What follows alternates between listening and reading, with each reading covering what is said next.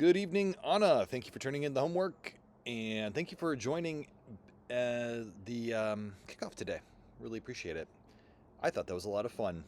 Hopefully, you agree. Let's take a look at what y'all did. So, I've got some notes over here, and I'm going to try to keep this short because, for the most part, actually, for almost entirely, you understand this concept.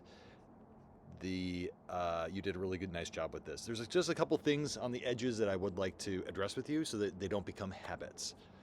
Yes, you chose objects. You did a great job with noun foraging.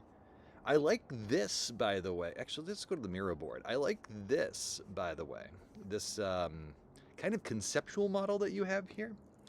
It's nice and it's interesting, and you're playing around with like ideating on relationships, and you're talking about like, well, there's a profile and people and network and organizations, and it's not really an object model or a system diagram, but it's like a conceptual model that seems to be giving you the objects and ideas about relationships, which I love. So you chose 3 objects.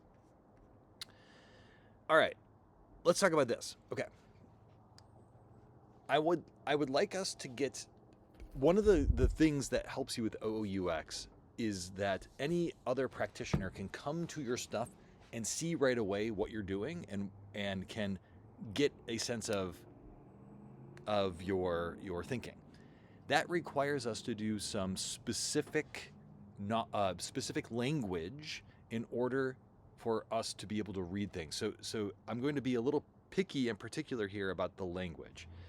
A person an object has cardinality, the nested object, which blah, blah, blah. So, for example, you have here, a person has 0 to many companies that are their former employers.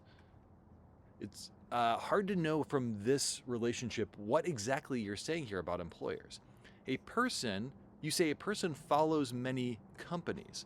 How many companies? Is it 0? Do they have to follow one? I don't think they have to follow somebody. So we would say instead, a person has 0 to many companies that they follow.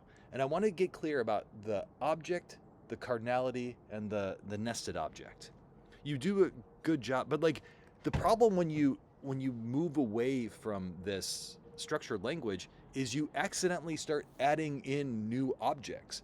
A person, you say, gets 0 to 1 alerts on a job. Whoa. A person has 0 to 1 jobs that they get alerts on. Is alert actually an object? Did we actually embed another object in here? I don't know. And that's kind of the problem that we have here when you use a more free-form language and not using a structured language. A company has 0 to many jobs that they have published in the past, or that they're going to publish in draft, something like that. Okay, I've said this other folks. I don't know if this is maybe something you learn later.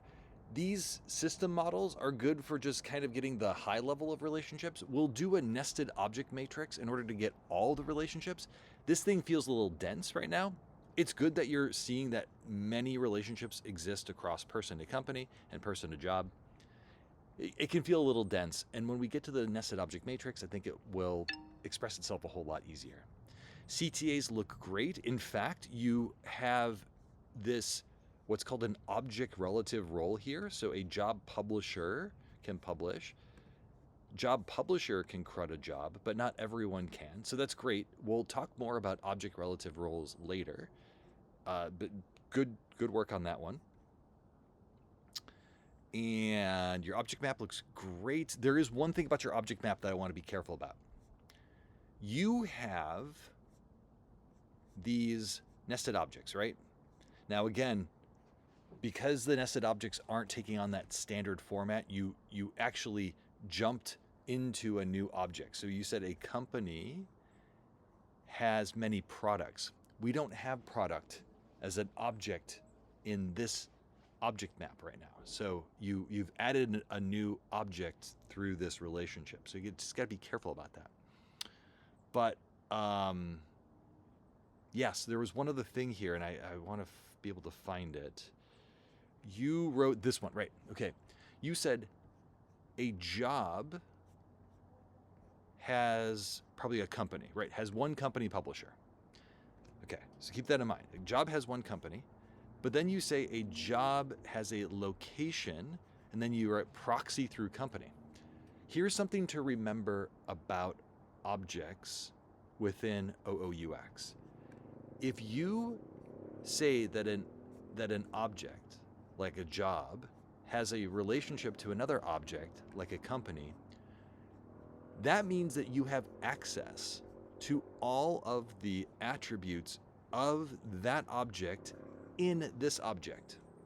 And so therefore, something like this, where you say location proxy through company, that is already inferred because you say that there's a company. So if a job has a company, that means that a job must have a company name, a job must have a company logo, a job must have a company's website, a job must have a company's location.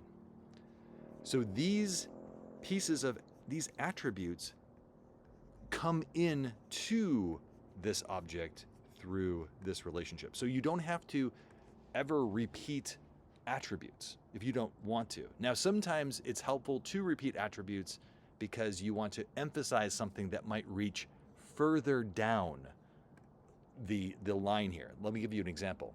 Because a job has one company, and because a company has many people working there, you might say, this job has 0 to many people I'm connected with that work at that company.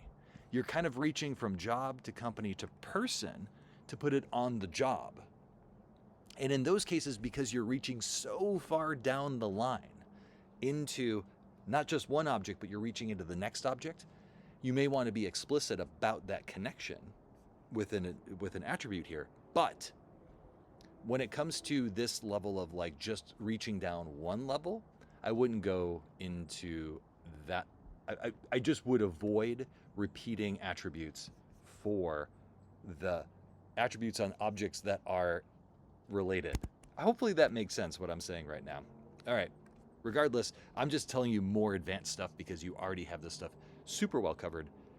Doing great work, and we'll talk real soon. Okay. Bye.